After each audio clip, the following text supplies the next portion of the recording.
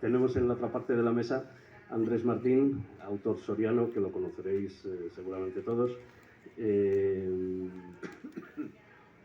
Ha escrito sus libros de poesía, recientemente ha publicado también poesía, novela.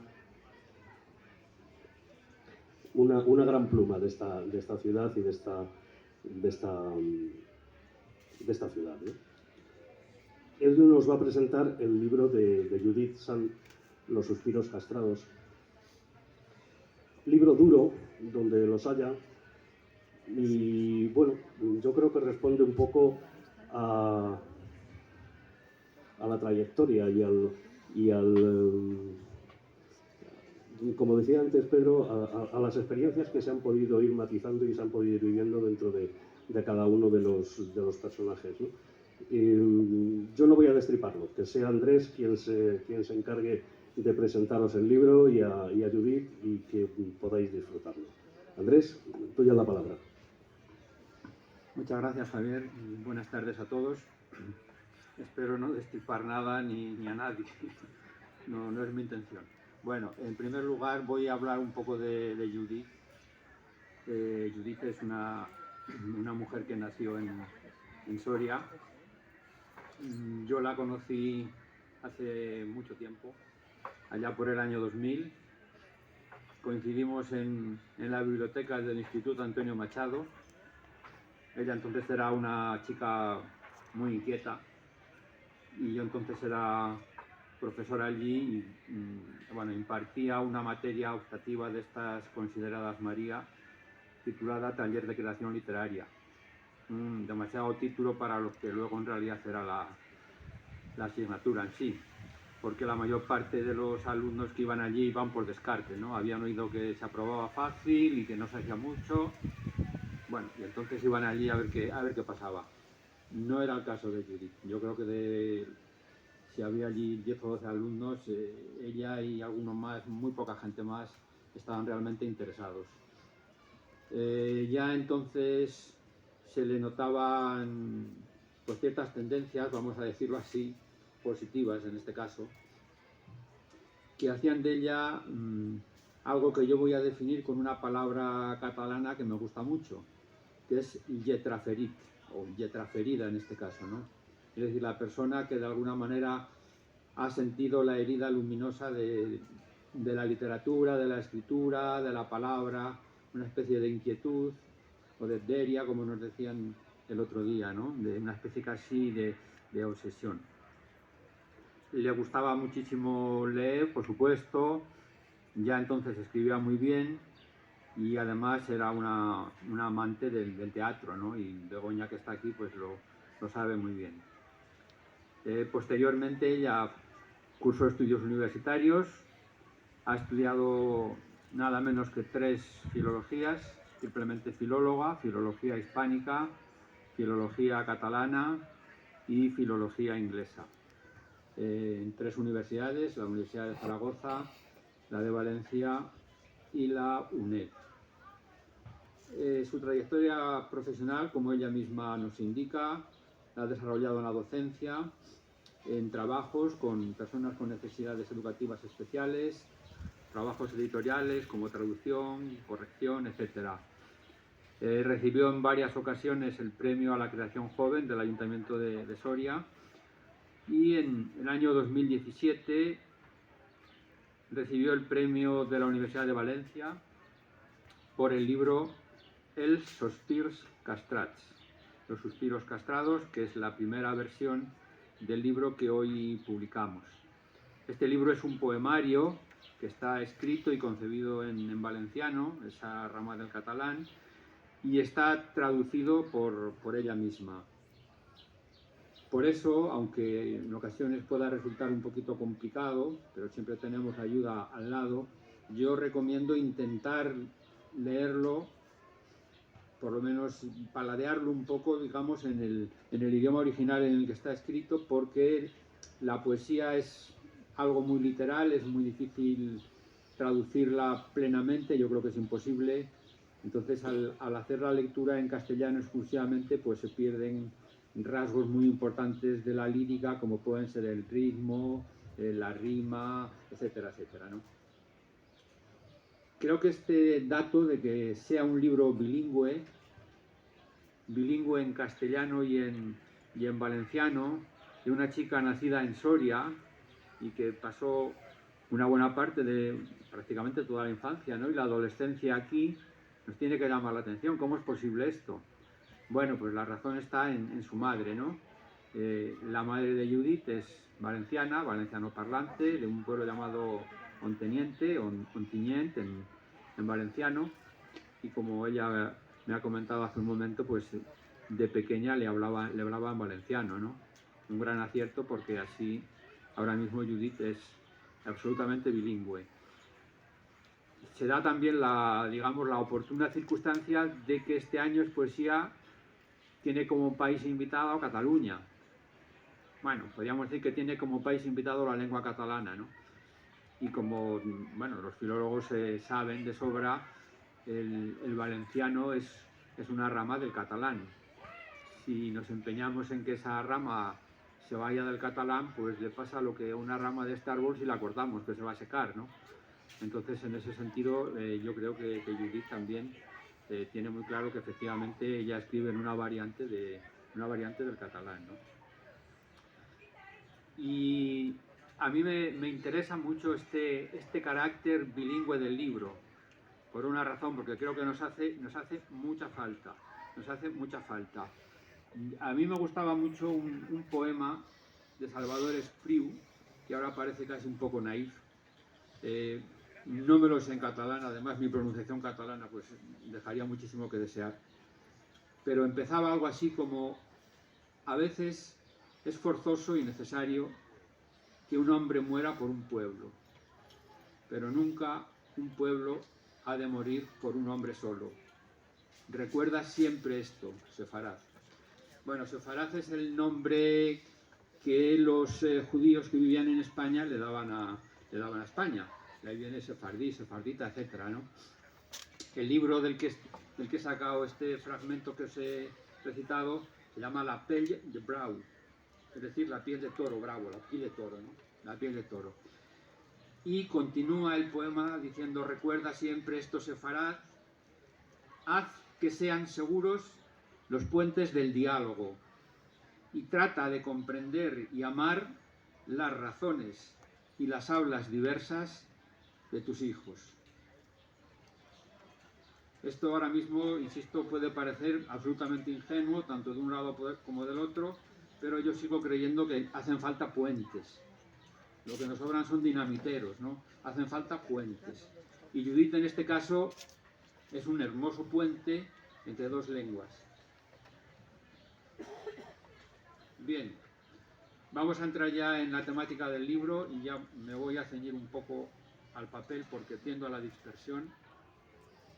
Así que vamos a ello. Entrando ya en el libro, en su temática y en su desarrollo, tanto el título, Los suspiros castrados, como el prólogo que procede a los poemas son toda una declaración de intenciones. Por un lado, la autora señala que el libro surge de la necesidad de hablar de sus sentimientos, aunque los proyecta a veces en otras personas. No esconde, por tanto, su carácter de autobiografía emocional. Ella siempre, por supuesto, no podrá contradecir, claro. Algo casi consustancial a la lírica, pero que aquí adquiere una presencia mucho más evidente.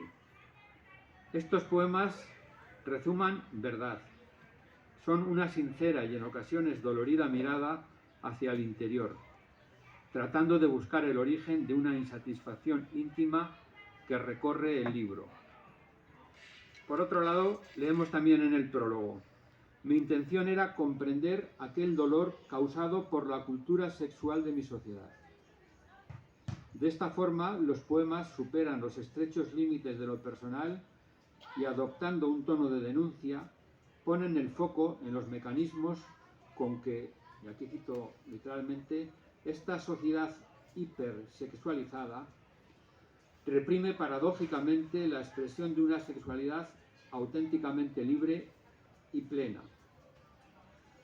En cuanto al título, Los suspiros castrados, Su contundencia tampoco deja lugar a dudas.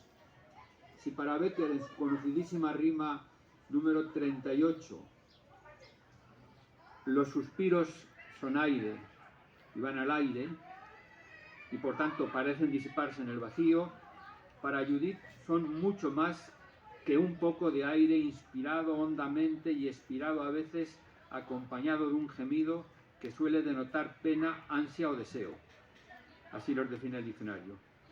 Tampoco se trata de esos suspirillos germánicos de los que hablaba Núñez de Arce para ridiculizar la poesía sentimental de Becker.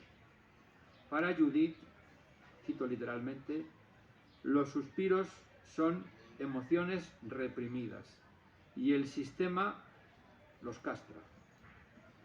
De la visión edulcoradamente romántica de Becker hemos pasado a otra mucho más ácida que nos interpela como sociedad. Pero que nadie piense que el libro es un sesudo tratado psicosociológico. Estamos lógicamente ante una obra poética, no ante un ensayo.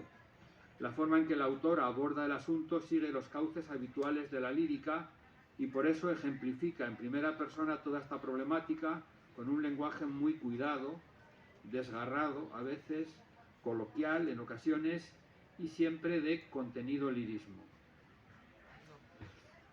La vivencia amorosa tiene en el libro una fuerte carga de fisicidad, muy en la tradición de la poesía levantina. Recordemos aquí el verso de Ausiàs March, el patriarca de la poesía valenciana. La carn vol carn, non si pot contradir. La carne quiere o desea carne, no se puede contradecir esto. Este verso, otro grandísimo poeta valenciano del siglo XX, Vicent Andrés Estellés, lo coloca como inicio de un hermosísimo poema titulado Els amants. Empieza, no había en Valencia dos amantes como nosotros. La geografía del cuerpo como territorio del erotismo aparece descrita con profusión a lo largo de estos poemas, convirtiéndose en signo y síntoma de una búsqueda que va más allá. La franqueza con que Judith se interna en los jardines de la pasión amorosa supone liberarse de un tabú que durante siglos ha pesado sobre la condición femenina, y ello a pesar del ejemplo inaugural de algunas pioneras como Safo, proscritas durante siglos. Me refiero al silencio impuesto sobre la experiencia del deseo y el placer asociados a la sexualidad femenina expresados en voz de mujer. En su búsqueda del objeto amoroso, el yo poético atraviesa diversas etapas: soledad, timidez, espera ilusionada, duda, decepción, rabia. Desgraciadamente, como ya poetizó Luis Cernuda, la realidad y el deseo son dos principios en constante pugna. Y esos cortos 10 centímetros que parecen separarlos a veces, como en el poema de Judith titulado Mi distancia preferida es, esos 10 centímetros pueden llegar a resultar insalvables. Bueno, no es el último guiño, no es el único guiño cernudiano del libro, porque hay un poema titulado Donde habita el olvido, que evidentemente nos lleva al libro de Cernuda, Donde habita el olvido. E incluso hay un verso que parece una intertextualidad, sin más horizonte que otros ojos frente a frente. En otros poemas del libro, la autora cede el protagonismo a otras mujeres que sufren las consecuencias de la violencia ejercida sobre ellas, o de una concepción tóxica de las relaciones amorosas que las han convertido en víctimas. Cito algunos ejemplos. La mujer abusada que se cuenta a sí misma un cuento de, cito literalmente, hombres con corazón y mujeres respetadas, para dormirse en los brazos invisibles de un deseo insatisfecho. O la mujer con diversidad funcional que ha de recurrir a la lástima para obtener un abrazo. La mujer sometida a la tiranía del burka, que se mira en el espejo transgrediendo la prohibición de sentirse dueña de su propio cuerpo. La casada insatisfecha que siente el deseo del marido como una sucia condena. La mujer trans que desearía borrarse el sexo equivocado con que la biología la ha castigado. En todos estos casos, la autora ha preferido usar la prosa y la tercera persona, componiendo una serie de breves relatos en prosa poética. Precisamente esta es una de las características estilísticas más notables del libro: la alternancia del verso, en algunas ocasiones de estirpe tradicional, sin desdeñar la rima, y la prosa, para aquellos textos que nos cuentan una historia. La dureza de la temática que sobrevuela el poemario parece aliviada con una nota optimista en los dos últimos poemas. El titulado Limpieza termina así: hasta que llegaste, luz, para ser hombre, y me brotaste la sonrisa, y me poblaste de esperanza.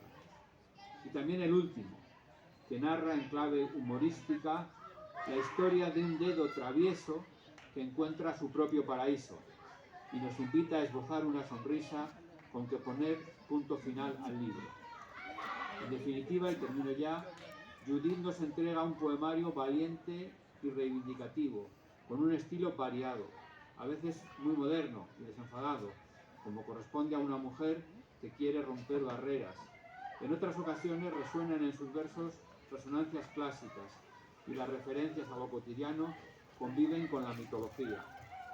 Se forma así un cóctel con notas ácidas y dulces, nostálgicas y desencantadas, en el que apreciar la sensibilidad y maestría de una poeta con un denso mundo interior y una voz propia que tiene mucho que decir y sin duda lo dirá. Gracias.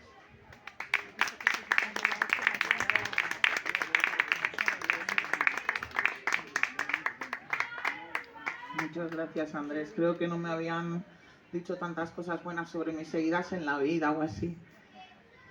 Ay, bueno, primero que nada, yo tengo una cosa que decir. Yo soy soriana, soy valenciana y soy la primera filóloga catalana soriana de la historia, y me siento profundamente orgullosa de serlo.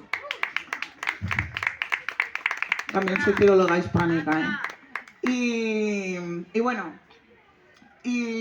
vale, con respecto a la forma del libro. El libro es maravilloso, ¿lo habéis visto? Qué bonito que es. Es que es muy bonito. Javier edita muy bien. Y tiene hasta dibujitos dentro, es muy chulo. Gracias. Y bueno, respecto de la forma tengo que decir una cosa. La forma para mí era una cosa identitaria, porque yo soy valenciano parlante, toda la vida he hablado valenciano, y también soy castellano parlante, y son como...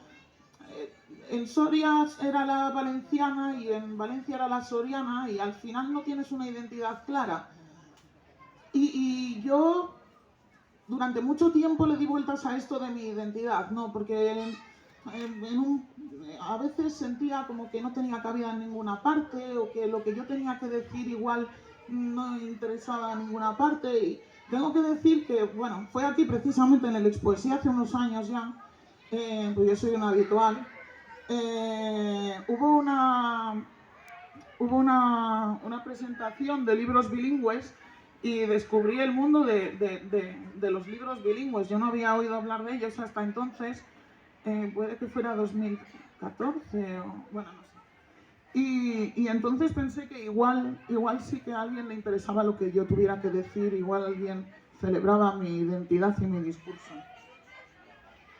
Y bueno, el libro está escrito en valenciano, pero que no os engañe el hecho de que esté escrito en valenciano, porque el libro es muy soriano. De hecho, lo empecé a escribir en el Gaya Nuño, porque había una exposición de pintura hace ya años, y vi un cuadro de una mujer tumbada de espaldas, y me quedé mirando el cuadro, de estas cosas que te impactan. No me preguntéis ni el autor ni el título, pero... Y se me ocurrió que tenía una historia, y la conté, la escribí. Os la voy a leer.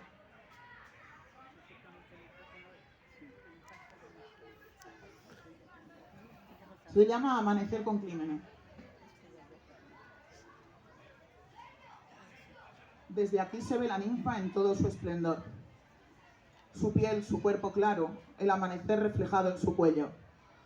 La eterna línea de su espalda, los hoyuelos sobre sus nalgas, la melena suelta inundando la almohada, Despreocupada de mí y de todos, juega a parecer inerte en la tranquilidad de su reposo. Juega a dormir sin dejarme entrar en su sueño. La ninfa siempre me da la espalda. Ahora, cuando le intento hacer el amor, y también cuando se muestra hermética e inconmovible ante mis intentos de beberle los labios o regalarle mis ojos. Tiene demasiados pretendientes, pero poco o mucho los ignora a todos, o eso es lo que quiere creer. La ninfa remolonea en el lienzo blanco de sus sábanas, dibuja colinas y montes en la cama y en su cuerpo. Le miro los moratones del costado. Obstinada ninfa, ¿por qué no me dejarás quererte? ¿Por qué no alejarás de tus caderas a todos esos que te hacen daño, que toman tu espalda, la sempiterna espalda que ahora te beso, y marcan en ella sus dedos de hombres brutos, sus patadas de inconsciente? No, ninfa, no ves que te están desgastando. A la luz de la mañana, la ninfa se ve increíblemente hermosa. Bella, misteriosa, como un río que recorrer o un manojo de estrellas. Su piel huele a canela y a sándalo, y más allá a almizcle y a frutas. A incienso del de iglesia sus pechos, que adivino cuando corono la cumbre de su cuello. Y su vientre, que huele a pan, como huele el vientre de las buenas mujeres. Quizá quiero a la ninfa. Solo quizá. El deseo se confunde con el odio de una manera tan fácil. ¿Cómo querer su espalda imperturbable, su tozudez inamovible, su rostro misterioso de mujer coqueta? ¿Cómo no desear ser cada uno de esos rayos de sol para posarse en su piel y penetrarla con dulzura y calentarle el corazón? ¿Cómo no dejarse la vida en el intento de verla sonreír, resuelta entre mis brazos, alejada de los moratones de todos aquellos que nunca debieron haberla tocado? Y bueno.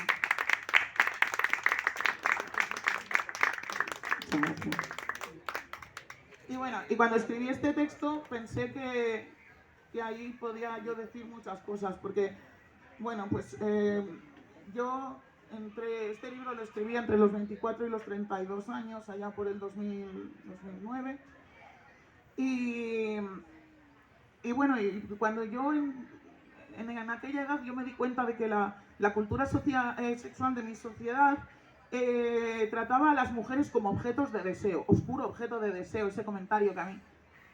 Pero sujetos, yo no quería ser un objeto es un jarrón o los trastos que tienes ahí acumulados en el garaje, pero yo quería ser un sujeto, yo quería decir cosas y yo sentir deseo y expresar lo que me gustaba y lo que no. Y me daba la impresión de que todas las mujeres a mi alrededor y sobre todo mis antepasadas habían estado profundamente calladas, mujeres que habían muerto sin un orgasmo, mujeres que eran tratadas como meros objetos decorativos sexuales, y yo no quería ser eso, yo quería expresar que las mujeres teníamos deseo. Mi amigo, el chico al que va dedicado este poemario, una vez me preguntó, dice, ay, pero las mujeres también tenéis deseo sexual, yo pensaba que teníais menos que los hombres. Y dije, madre mía. Y entonces, pues pensé que era importante que yo hablara de esto. Y bueno, y poco a poco fui concediendo el poemario. Por cierto, la forma, si os dais cuenta, la forma tiene un verso, una prosa, un verso, una prosa, y al final hay 3 poemas largos, así como jocosos. Está hecho adrede para hacerle la burla a Pablo Neruda en sus 20 poemas de amor, que me parece un poco muy bonito, pero un poco, pues eso, deseo masculino. Bueno, y entonces empecé a llenar este libro de las cosas que yo sentía como sujeto. Y de muchos poemas que, como bien dice el título, cosas que yo no me atrevía a decir en el día a día, pero que ponía en el papel. Y luego la inmensa mayoría de los destinatarios de estos poemas, que obviamente pues, existen, nunca llegaron a saber que se los había escrito. Os voy a leer uno de ellos. Mi distancia preferida es esos 10 centímetros que separan tu boca de la mía cuando te digo guapo tan bajito y tan profundo que te lo podría tatuar en la piel y seguiría siendo una caricia. Bueno, este en concreto sí que se lo recita alguna vez, alguno que quedaba bien. Y bueno, también tengo otros, como el de Amiga. Vale, esta es una traducción, os leo la traducción. Bueno. Amiga, para esconderte en el silencio las fosas de la esperanza, tengo amor entre los labios atravesada una lanza. Miles de bocas enhiestas que te imaginan con ganas. Flor de cardo que traidora se cuela en la garganta y la araña. Río de saliva estéril, escalofrío de la madrugada, perla del mudo que un día pregonará lo que calla. Lienzo estelar de la espalda, dedo que no toca y rabia, palabra que por deseosa gime de desesperada. Para esconderte en el silencio lo que ya no tiene mordaza, tengo en la brasa del pecho surcos con la simiente socarrada. Que vinieras dedos de lluvia a cimbrarme y avivarla, pido amante cautelosa, cobarde y enmascarada. Para esconderte en el silencio despiertas y se rompe la magia. Me llamas amiga y vuelve la escarcha a aturdirme la llama. Esto la gente ahora lo llama friendzone de estos, que queda menos lírico, me parece.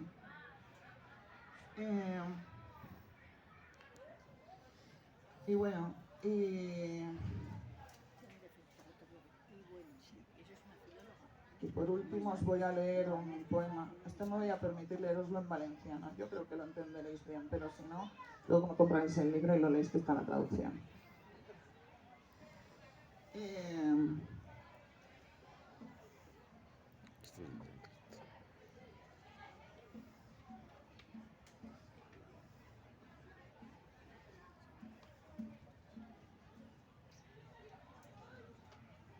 Història d'un dit.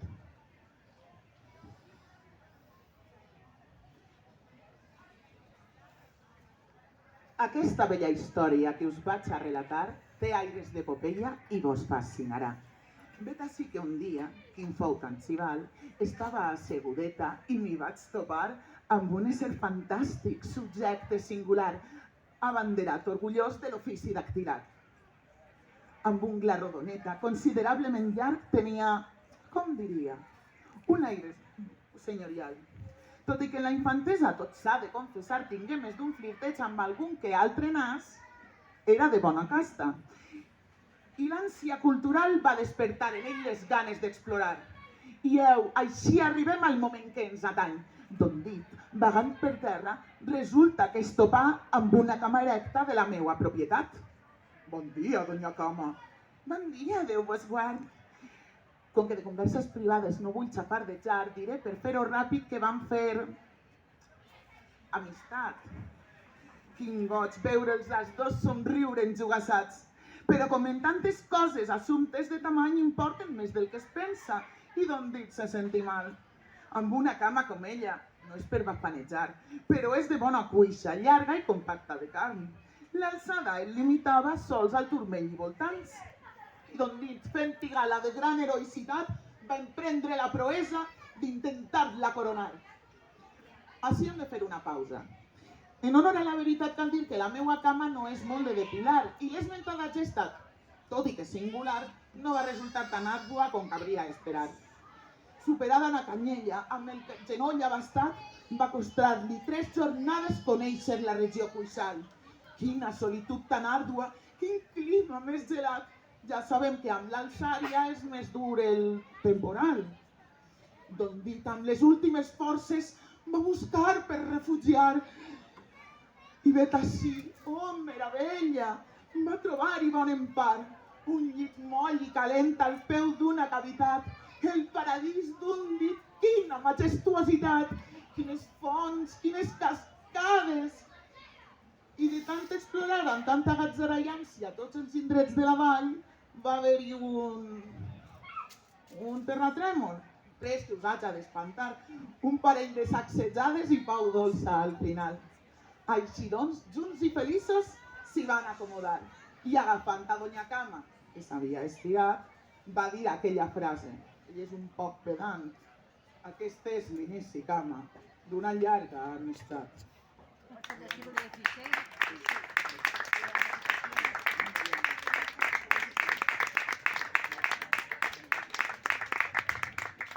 Muchas gracias.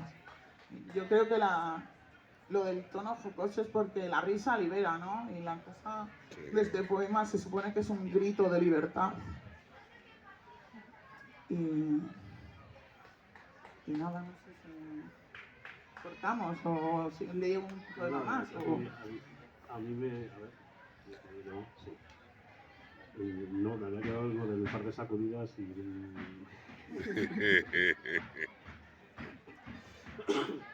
Sí, yo creo que es buena cosa terminar en alto con algo cómico como lo que acabamos de escuchar. Si queréis alguna pregunta, si queréis comentar alguna cosa a Pedro, a Andrés, a Judith, pues no tenéis más que hacerlo y contestarán, imagino. Y si no, pues bueno, pues damos por terminada la presentación. Tendremos los libros que nos se lleve el viento, los tendremos a disposición allí en la mesa al final, si no estaremos en la caseta 13 para que podáis haceros con ellos y podáis disfrutarlos tranquilamente en casa, en el parque, en un banco, en una silla, allí, donde queráis. Muchas gracias.